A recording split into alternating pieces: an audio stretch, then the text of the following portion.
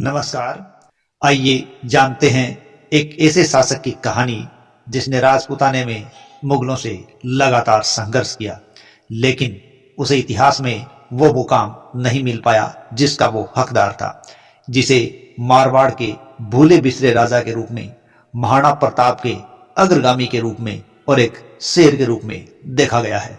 और इतिहास में ये राजा हुआ है मारवाड़ का शासक राव चंद्रसेन, जो कि मारवाड़ के राव मालदेव के पुत्र थे और इतिहास में मुगलों से लगातार संघर्ष के लिए हमेशा चर्चित रहे हैं।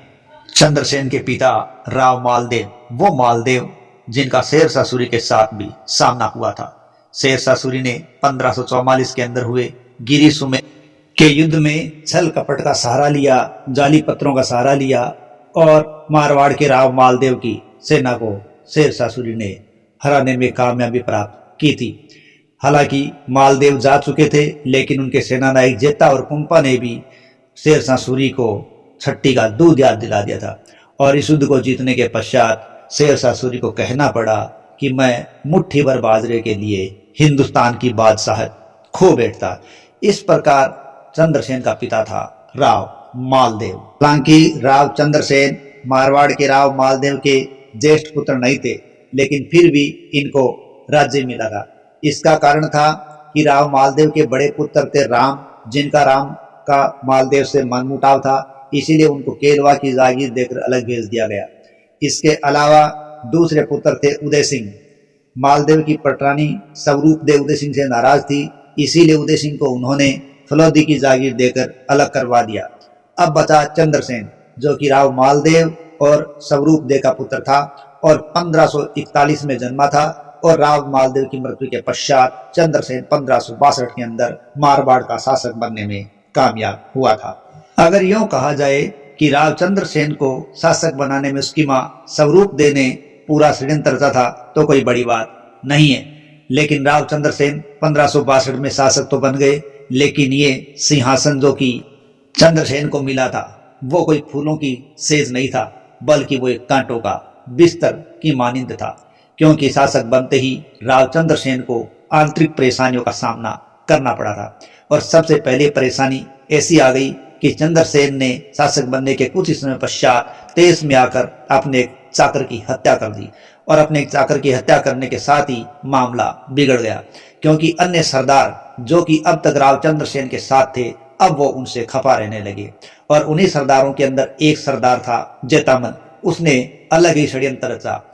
उसने चंद्रसेन के खिलाफ उसके पारिवारिक सदस्यों, उनके भाइयों से गठबंधन किया गया, क्योंकि रायमल, राम, उदय सिंह उसके पारिवारिक सदस्य और भाई थे और ये अपने अधिकार से वंचित कर दिए गए थे। इसलिए उन्होंने गठबंधन बना लिया और इस गठबंधन ने चंद्रसेन के खिलाफ मोर्चा खोल दिया। अब राम ने सोजत के अंदर उपद्रव मचाया और वहां अशांति पैदा कर दी। रायमल ने दुनाड़ा के इलाकों में उपद्रव फैलाया और वहां अशांति पैदा कर दी। वहीं उदय सिंह ने गांगाणी और बावड़ी क्षेत्रों पर उपद्रव कर दिया और समस्या पैदा कर दी। इस प्रकार चंद्रसेन के खिलाफ चारों तरफ से इन्होंने गुट बनाकर है वो संघर्ष शुरू कर दिया। और इस प्रकार चंद्रसेन है वो अपनी आंतरिक परेशानियों के अंदर शुरुआत में ही उलझ गया था। लेकिन चंद्रसेन इनसे घबराए नहीं। उन्होंने अपनी सेना एक तैयार की और उसे सोजत की तरफ भेजा। उस सेना ने राम से संघर्ष किया और राम को उस क्षेत्र को छोड़कर भागना पड़ा। इसी प्रकार एक सेना रायमल की तरफ दुनाड़ा भेजी गई तो वहां से रायमल को भी भागना पड़ा। अब बचा उदय सिंह। उदय सिंह भागे नहीं। गांगानी और बावड़ी के अंदर जो सेना आई थी, उस सेना के साथ उदय सिंह का मुकाबला हुआ और यह संघर्ष कहलाया लोहावट का संघर्ष। इस लोहावट के संघर्ष में उदय सिंह घायल हो गए और घायल उदय सिंह को उसके अन्य सेना नायक है वो युद्ध क्षेत्र से भगाकर ले गए थे। लेकिन उदय सिंह ने भी हार नहीं मानी और कुछ समय पश्चात उन्होंने चंद्रसेन के इलाके नाडोल पर आक्रमण किया। यह आक्रमण 1563 में हुआ था और इस आक्रमण के अंदर भी चंद्रसेन ने उदय सिंह को हरा दिया था। और अब उदय सिंह को कुछ नहीं सूझा तो उसको भागना पड़ा। और अब भागता हुआ वो किसके दरबार में पहुंच गया? वो पहुंच गया मुगल शासक अकबर के दरबार में चला गया। इस प्रकार उदय सिंह अपने भाई या यूं के मारवाड़ के दुश्मनों मुगलों का एक दरबारी होकर रह गया था। लेकिन उदय सिंह का ये भागना है वो चंद्रसेन के लिए बहुत फायदेमंद साबित हुआ। कारण कि इस इलाके के अंदर चंद्रसेन की पूरी धाक जम गई थी। चंद्रसेन जब पिता के समय थे उस समय बिलाड़ा, बिलासपुर जैसे कुछ ही इलाके उनके अधीन थे, लेकिन अब अपनी आंतरिक परेशानियों पर विजय प्राप्त करने के पश्चात, अपने भाइयों से निजात पाने के पश्चात पूरा का पूरा मारवाड़ उनके कब्जे में था और वो अपनी शक्तिशालीता साबित कर चुके थे। उनका प्रभाव इस क्षेत्र में बढ़ चुका था। इधर मुगल दरबार में न केवल उदय सिंह पहुंचे बल्कि राम भी मुगल दरबार में आ चुके थे। अब इन दोनों भाइयों का मुगलों के दरबार में आने से मारवाड़ की वास्तविक स्थिति का अंदाजा मुगलों को हो गया और अब मुगलों का ध्यान है वो मारवाड़ की तरफ हो गया। ऐसा बताया जाता है कि जोधपुर की ख्यात है उससे पता चलता है कि शाही सेना 3 बार मारवाड़ की तरफ गई थी और शाही सेना का नेतृत्व किया था हुसैन कुली खान ने और जोधपुर पर उनका अधिकार हो गया। हालांकि जोधपुर की ख्यात से पता चलता है कि जब उन्होंने तीसरी बार आक्रमण किया था तो जोधपुर के इस दुर्ग का, इस क्षेत्र का 10 महीने तक घेरा पड़ा रहा था। इस 10 महीने के घेरे के कारण वहां की जनता को, लोगों को अन्न जल मिलना बंद हो गया था और ऐसी स्थिति के अंदर उनको भागना पड़ा था और चंद्रसेन वो निकल कर भागे और वो चले गए भादराजून। और इसी स्थिति में हुसैन कुली खां या यूं कहीं मुगलों का मारवाड़ पर अधिकार हो गया था। जोधपुर की ख्यात के अलावा यदि हम पंडित विश्वेश्वर नाथ रेऊ की बात स्वीकार करें तो वो राम और उदय सिंह के कारण मारवाड़ पर मुगलों के अधिकार को स्वीकार नहीं करते। उनके अनुसार राव मालदेव जो कि चंद्रसेन के पिता थे, उन्होंने हुमायूं के साथ जो कि अकबर के पिता थे के साथ जो व्यवहार किया था उस व्यवहार से अकबर नाराज थे और अपने पिता हुमायूं के साथ किए हुए व्यवहार के कारण मालदेव से बदला लेना चाहते थे, क्योंकि मालदेव ने शेरशाह के खिलाफ हुमायूं की सहायता नहीं की थी और इसीलिए उन्होंने जोधपुर पर आक्रमण करवाए और अंत में उस पर कब्जा कर लिया था। ये कहते हैं पंडित विश्वेश्वर नाथ रेऊ। लेकिन कारण चाहे जो भी रहा हो, इतना तय है कि मुगलों का मारवाड़ पर अधिकार हो गया था। इसके कुछ समय पश्चात की बात है 1570 में अकबर के समय की एक महत्वपूर्ण घटना मानी जाती है जो कि राजपूताने में भी एक महत्वपूर्ण मानी जाती है और वो है 1570 में अकबर का नागौर दरबार। देखिए इस समय 1570 के समय में अकबर ने अजमेर की यात्रा की थी और यात्रा के जाते वक्त उन्होंने मारवाड़ के इन इलाकों के अंदर अकाल के बारे में जानकारी प्राप्त की। जब वो वापस आए अजमेर यात्रा से तब उन्होंने 1570 में नागौर में एक दरबार लगाया। तो ये अकबर के समय की एक महत्वपूर्ण घटना मानी गई है 1570 का नागौर दरबार। और इस समय उन्होंने नागौर में एक तालाब का निर्माण करवाया और वो तालाब इतिहास में शुक्र तालाब के नाम से जाना गया। कुछ इतिहासकारों के अनुसार अकबर के द्वारा नागौर दरबार है वो एक सोची समझी रणनीति थी और शुक्र तालाब के निर्माण के बहाने उसको मारवाड़ के इलाकों के अंदर रहने का, रुकने का और वहां की असली वास्तविक स्थिति है उसका पता लगाने का मौका मिल गया था। अकबर के 1570 के इस नागौर दरबार में राव चंद्रसेन भी आए थे, लेकिन ऐसा कहा जाता है कि वहां राजपूताने के अन्य शासक थे और चंद्रसेन के भाई भी थे। उन सबको देखकर चंद्रसेन वापस चले गए थे। इस नागौर दरबार के अंदर राजपूताने के कई राजाओं ने मुगलों से वैवाहिक संबंधों को स्थापित किया था, इसलिए ये एक राजपूताने की महत्वपूर्ण घटना मान जाती है। चंद्रसेन के इस प्रकार वापस जाने से मुगल खफा थे, इसलिए 1571 में मुगलों की एक सेना भादराजून के लिए रवाना की गई और मुगलों की वो सेना जब भादराजून पहुंची तो हल्के फुल्के संघर्ष के बाद यहाँ चंद्रसेन भागने में कामयाब हो गए और वो भादराजून से भागकर वो पहुंचे सिवाना। सिवाना वो क्षेत्र जो बाड़मेर का है और सिवाना इतिहास में वो एक परिक्षेत्र जो राजपूत शासकों की शरण स्थली के रूप में चर्चित रहा है। वहां जाकर चंद्रसेन ने भी शरण ले ली थी। अब आता है 1572 का समय। इस समय मेवाड़ के अंदर महाराणा प्रताप नामक एक वीर पुरुष का उदय हुआ। साथ ही साथ मेवाड़ में जब महाराणा प्रताप के रूप में एक वीर पुरुष सामने आया, उससे पहले भी मेवाड़ है वह मुगलों के साथ संघर्षरत था। साथ ही साथ चंद्रसेन का भी बखेड़ा था और तो और गुजरात की तरफ से भी अब संघर्षों की आवाज आ रही थी। इस प्रकार मुगलों के चारों तरफ एक अलग ही माहौल तैयार हो रहा था। इस स्थिति से बचने के लिए मुगल शासक अकबर ने बीकानेर के शासक राय सिंह को मारवाड़ का प्रशासक नियुक्त किया था और मारवाड़ का प्रशासक नियुक्त करके उनको बाद में उन्होंने गुजरात भेज दिया था ताकि इस स्थितियों से निपटा जा सके। गुजरात पर राय सिंह की नियुक्ति से मुगलों को ये लाभ था कि मेवाड़ जो कि गुजरात के पास है उसके विद्रोह से मुगल सेना या मुगल राज्य को बचाया जा सके। अब आता है 1573 का समय। इस समय अकबर ने चंद्रसेन के खिलाफ अभियान करने का मानस बनाया और उसने अपने एक मुगल सेना नायक शाह कुली खान के नेतृत्व में एक सेना तैयार की जिसमें जगत सिंह, केशवदास मेड़तिया, बीकानेर के राय सिंह आदि भी शामिल थे। अब वो सिवाना की तरफ रवाना हुए। सिवाना की तरफ रवाना होने के इस रास्ते के अंदर सोजत पाली के अंदर चंद्रसेन के भतीजे थे कल्ला राठौड़, वो वहां नियुक्त थे। इस जातीय सेना ने कल्ला राठौड़ को रास्ते में हराया और अब सिवाना की तरफ आगे बढ़े। सिवाना में आमने सामने का संघर्ष शुरू हुआ, लेकिन चंद्रसेन को उसके सरदारों ने इस बात के लिए तैयार कर लिया कि आप पहाड़ों की ओर चले जाएं और चंद्रसेन है वो सिवाना की कमान पत्ता राठौड़ को सौंपकर पहाड़ों की ओर चले गए। अब सीधा सामना हो रहा था पत्ता राठौड़ और मुगल सेना का, और वहीं चंद्रसेन जो पहाड़ों की ओर चले गए थे वो पार्श्व भागों से मुगलों की सेना को छापामार युद्ध पद्धति के द्वारा परेशान कर रहे थे।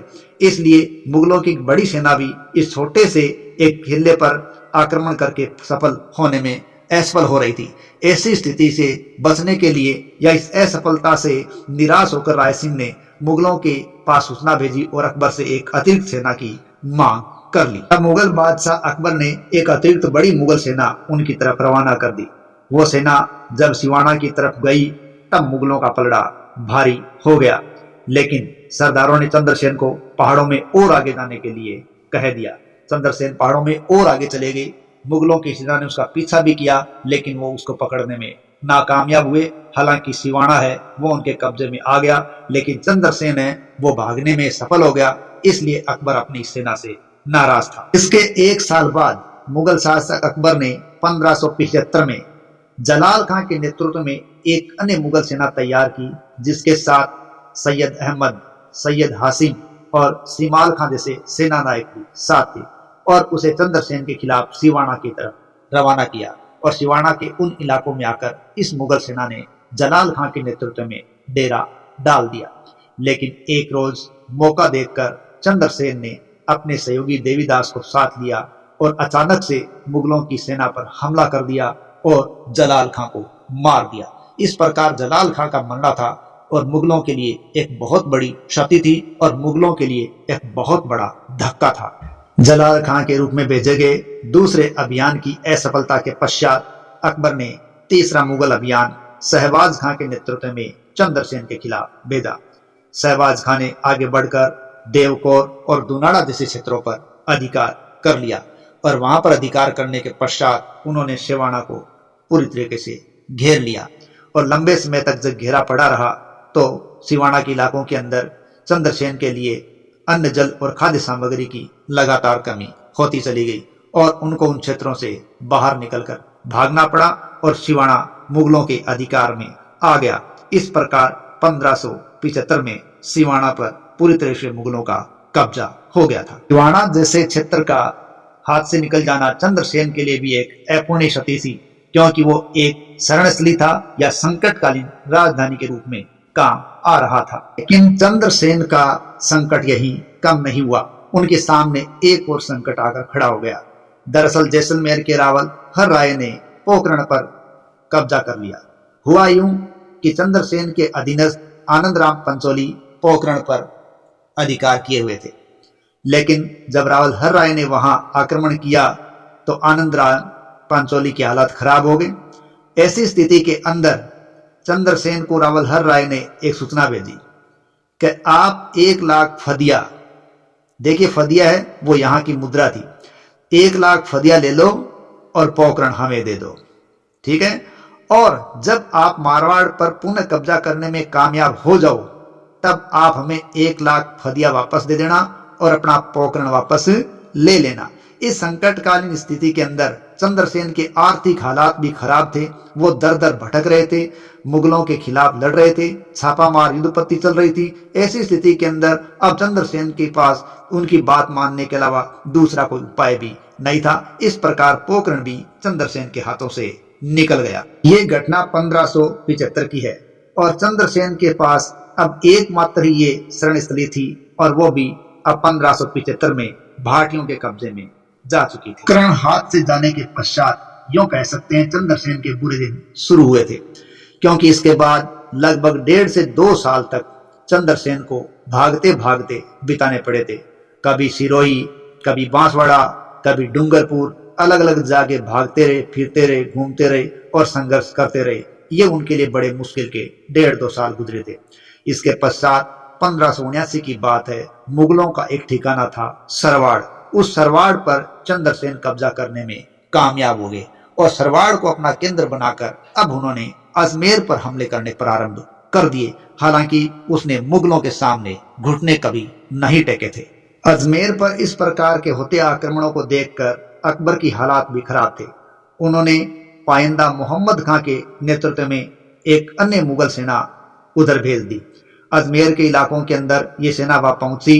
1580 के अंदर उन्होंने चंद्रसेन के खिलाफ संघर्ष किया और चंद्रसेन पहाड़ों से ही मुगल सेना को परेशान कर रहे थे और इसी परेशानी में डाले हुए उन्होंने 7 जुलाई 1580 को एक बड़ी सफलता प्राप्त की और उन्होंने सोजत पर अधिकार कर लिया। सोजत वो क्षेत्र जो कि उनके अंतिम अधिकार क्षेत्रों के से एक था, उस पर अधिकार करने में चंद्रसेन कामयाब हो गए। तत्पश्चात चंद्रसेन ने सोजत के पास में सारण के पहाड़ों को ही अपना निवास स्थान और केंद्र बना लिया और यहीं से वो राज्य संचालित करने लगे और मुगलों को छापामार पत्ती के द्वारा छकाते रहे। और यहीं रहते हुए कहते हैं 11 जनवरी 1581 को चंद्रसेन की यह लीला समाप्त हो गई या सारण के इन क्षेत्रों में ही उनकी मृत्यु हो गई।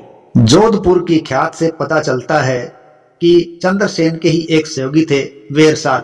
उन्होंने ही चंद्रसेन के भोजन में जहर मिला दिया था और जिसके कारण उनकी मृत्यु हो गई। खैर जैसा भी हो, जनवरी 1581 में चंद्रसेन की मृत्यु हुई थी। इतिहास में चंद्रसेन को अलग अलग नामों से पहचाना गया है, जाना गया है, जिनमें मारवाड़ का प्रताप का अग्रगामी, मारवाड़ का भूला बिसरा राजा आदि नामों से संकेतित किया गया है। और इसका भी अपना एक अलग कारण है कि इस नामों से इसे संकेत किया गया है। मारवाड़ के प्रताप की जहां तक बात है तो इनको इसलिए कहा गया है कि मेवाड़ के महाराणा प्रताप की तरह इन्होंने ना तो मुगलों की कभी अधीनता स्वीकार की, ना ही कभी उनसे वैवाहिक संबंध स्थापित किए, बल्कि प्रताप की तरह लगातार संघर्ष किए थे, इसलिए मारवाड़ का प्रताप कहलाए। दूसरी बात, प्रताप ने जिस रणनीतियों का सहारा लिया था, छापामार गुल्ला पत्ती से मुगलों को छकाया था, उसी पद्धति को शुरू किसने किया था? प्रताप की बजाय चंद्रसेन ने किया था, इसलिए इसे प्रताप का अग्रगामी कहा गया है। जहां तक मारवाड़ के भूले बिसरे राजा का खिताब इनको दिया गया है, उसका कारण यह है कि इतिहास के अंदर जो मुकाम महाराणा प्रताप को हासिल हुआ है, जो कि इनके बाद में हुए हैं, ऐसा मुकाम इनको नहीं मिला। साथ ही साथ इनके भाई उदय सिंह, जिन्होंने मुगलों की अधीनता स्वीकार कर ली थी, वो बाद में शासक बने थे। उनको मुगलों के इतिहास के आधार पर ज्यादा उभारा गया, इसलिए चंद्रसेन है वो एक भूले बिसरे राजा के रूप में होकर रह गए थे। एक ऐसा शासक जिसने मुगलों के सामने कभी घुटने नहीं टेके, उनसे लगातार संघर्ष किया था, वो शासक इतिहास की किताबों से लगभग दूर ही रहा है। इतिहास की किताबों के साथ साथ वो लोगों के मन मानस से भी दूर ही रहा है, इसलिए एक भूले बिसरे राजा के रूप में ज्यादा उचित प्रतीत हुआ है, जबकि ऐसा होना नहीं चाहिए था। दूसरी तरफ महाराणा प्रताप की अगर बात करें तो महाराणा प्रताप के बाद उनका राज्य उनके पुत्रों के द्वारा सुरक्षित था और उन्होंने भी मुगलों का पूरी तरीके से अधीनता स्वीकार नहीं की थी, जबकि मारवाड़ है वो पूरी तरीके से मुगलों के कब्जे में आ चुका था। इसलिए इतिहास के अंदर प्रताप को महत्वपूर्ण स्थान मिल पाया था और यही वजह रही चंद्रसेन एक भूले बिसरे राजा होकर रह गए। अन्य बात अगर हम स्वीकार करें तो वो ये भी है कि महाराणा प्रताप ने हल्दी घाटी के संघर्ष के पश्चात एक अस्थायी राजधानी के रूप में चावंड को स्थापित किया था, लेकिन चंद्रसेन इस प्रकार की कोई राजधानी स्थापित करने में कामयाब नहीं हो पाए थे। दूसरी ओर महाराणा प्रताप ने अस्थायी राजधानी के साथ साथ अपने जीवन काल के अंदर ही अपने खोए हुए कई क्षेत्रों को वापस प्राप्त करने में कामयाबी प्राप्त कर ली थी, लेकिन चंद्रसेन ऐसा करने में भी कामयाब नहीं हो पाए थे। इसलिए इतिहास में उनको वो स्थान नहीं मिल पाया था जो कि महाराणा प्रताप को प्राप्त हुआ है। इसलिए ये रहे मारवाड़ के भूले बिसरे राजा, लेकिन निरंतर मुगलों का सामना करने वाले, और प्रताप को भी एक तरह का ये कहें सीख देने वाले, क्योंकि इन्हीं का अनुसरण बाद में महाराणा प्रताप के द्वारा किया गया था। जय हिंद, जय